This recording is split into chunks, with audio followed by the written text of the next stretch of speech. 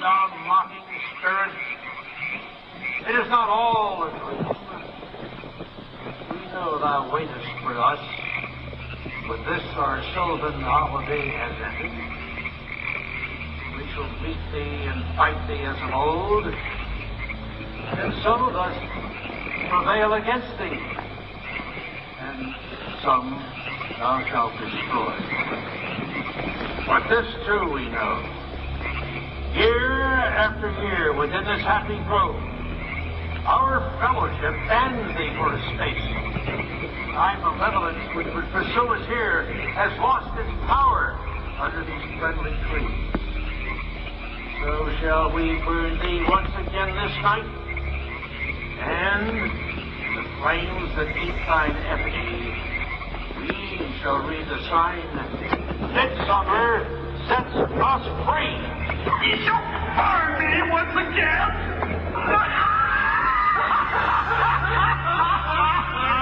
Now with me, Wayne.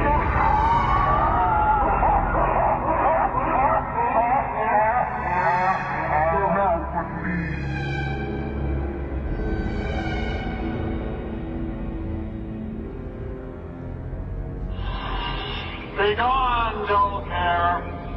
Fire shall have its will of thee. Begone, dull care. And all the winds make merry with thy dust. Fill fellowship's eternal flame. Once again, Midsummer sets us free. What do you want me to talk about? Yeah. A fraud? No, it wasn't a fraud, but I'll be glad to talk to you if you'll shut up and let me talk. Now. And a fraud, let me tell you something.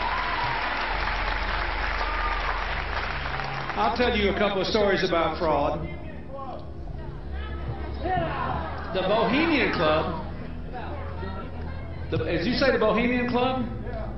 That's where all those rich Republicans go up and stand naked against redwood trees, right? I've never been to the Bohemian Club, but you ought to go. It'd be good for you. Get some fresh air.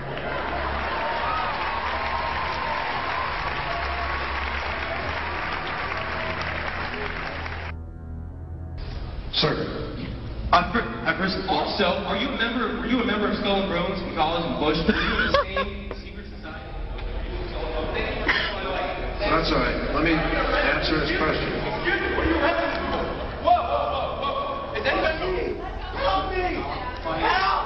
Chase me! I can't do anything! Ow! Ow! Shit!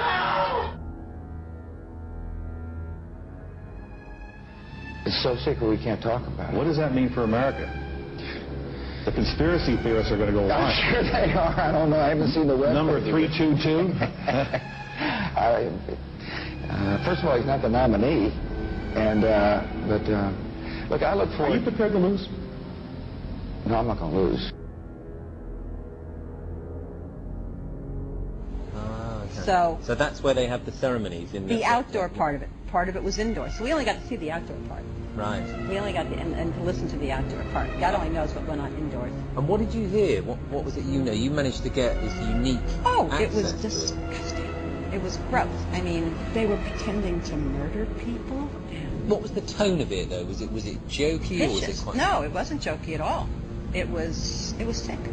It's about the only way I can describe it. It was sick.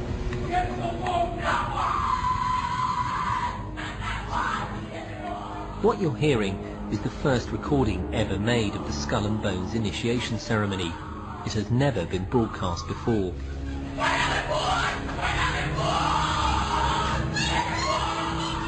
15 new members of the club are being introduced into the macabre rituals of Skull and Bones by the senior students who are about to graduate.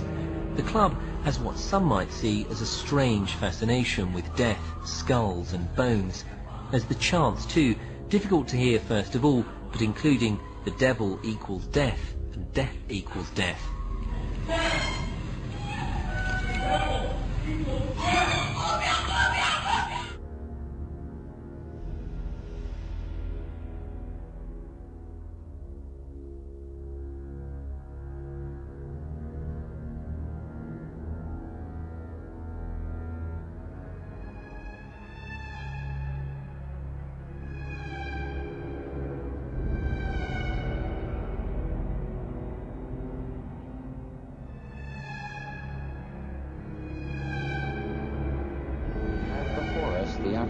to forge for ourselves and for future generations a new world order, a world where the rule of law, not the law of the jungle, governs the conduct of nations.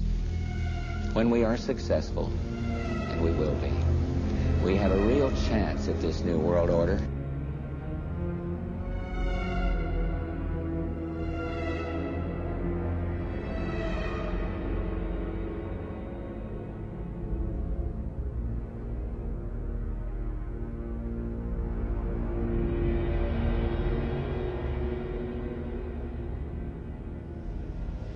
Now, Albert Pike, who's probably the most famous Freemason of all time, he was a Mason who simultaneously occupied 3 different positions.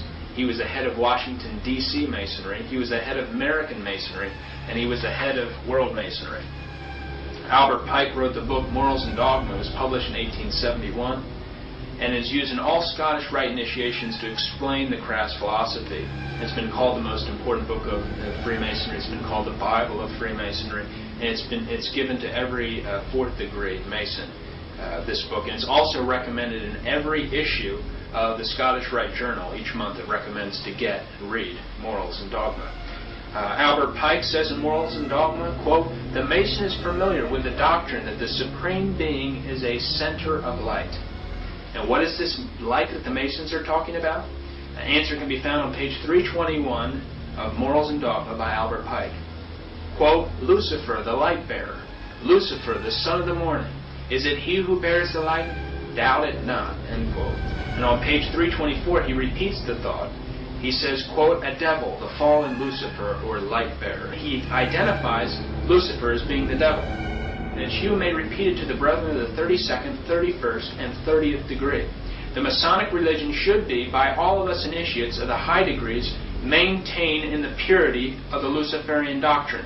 Yes, Lucifer is God, and the true and pure religion is the belief in Lucifer, end quote. These are men who are extremely super high-level occult masters who are selected, each one of them, to reign over a continent. These men, in return, report to a group that's called the Seven. And these 7 are very, very powerful fallen angels. They're what the Bible calls principalities. And they, in turn, report to the great architect of the universe, Lucifer himself.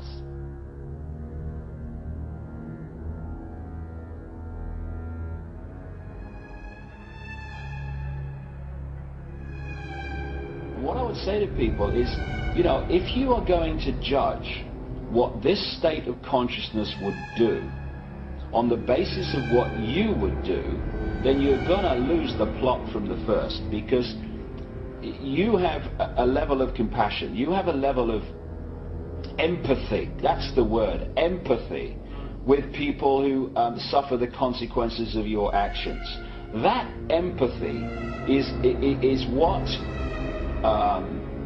balances out your behavior towards someone else, because you have empathy with the consequences for them.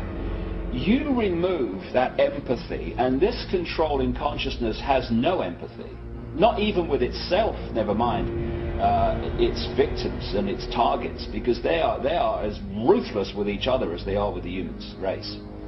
You take away that empathy, and there are no fail-safe mechanisms to block extreme behavior.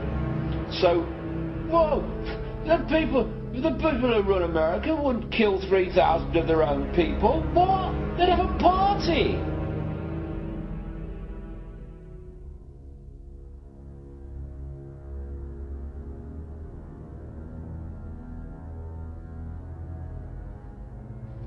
You know, who knows if he's hiding in some cave or not. We hadn't heard from him in a long time. And the idea of focusing on one person really indicates to me people don't understand the scope of the mission. Terror is bigger than one person. And he's a person who's now been marginalized. His network is, his host government has been destroyed. He's the ultimate parasite who found weakness exploited it, and met his match. He is, you know, as I mentioned in my speeches, I do mention the fact that this is a fellow who is willing to commit youngsters to their death, and he himself tries to hide, if in fact he's hiding at all.